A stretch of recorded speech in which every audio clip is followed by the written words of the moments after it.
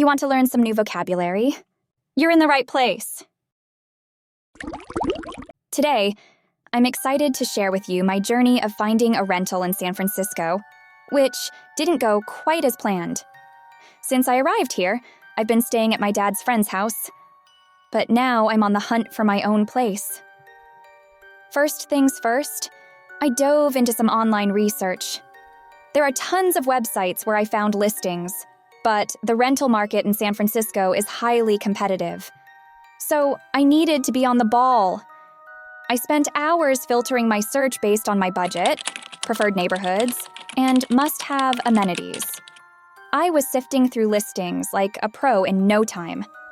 I was looking for a place in a safe neighborhood that's close to public transportation. But honestly, the rent prices were sky high. Comparing these prices to those in Morocco, the difference is staggering. In cities like Casablanca or Marrakech, you can find decent apartments for a fraction of the cost. For example, a one-bedroom apartment in a good neighborhood in Casablanca might cost around $400 to $600 per month, whereas a similar apartment in San Francisco could easily exceed $3,000 per month. At this point, I was considering pitching a tent in Golden Gate Park. Next up was making calls to set up viewings. This step was time-consuming and repetitive. I found myself saying the same thing over and over. Hello, my name is Sarah, and I'm calling about your apartment. Is it still available? Are you free tomorrow? Great. I'd love to schedule a viewing if possible. Thank you. When I was visiting places, I was keeping my eyes peeled for any red flags. I was checking the condition of the appliances and water pressure. I also took note of things like the smell of the place and the condition of the building's common areas. I definitely didn't want to get stuck with a lemon. Also, I wasn't shy to ask questions like, "Can you tell me about the utility costs?" Or, "How is the noise level in this building?"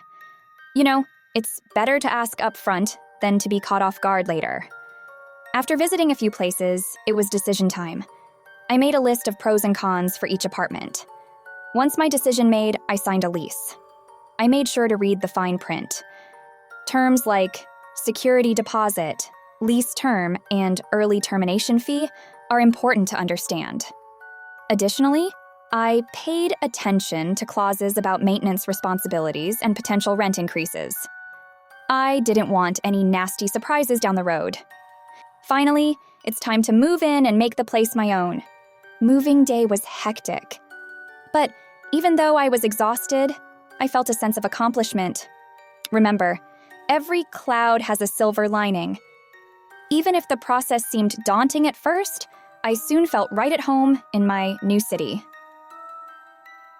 My place is a small studio, but it's cozy and affordable. It's not perfect, but it's mine, and I couldn't be happier. But then, strange things started happening. At first, it was little things.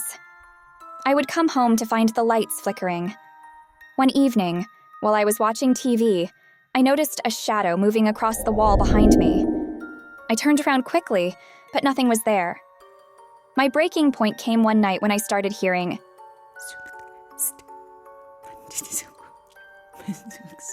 whispers. At first they were faint, but soon they grew louder and clearer. I could swear they were saying my name. Sarah.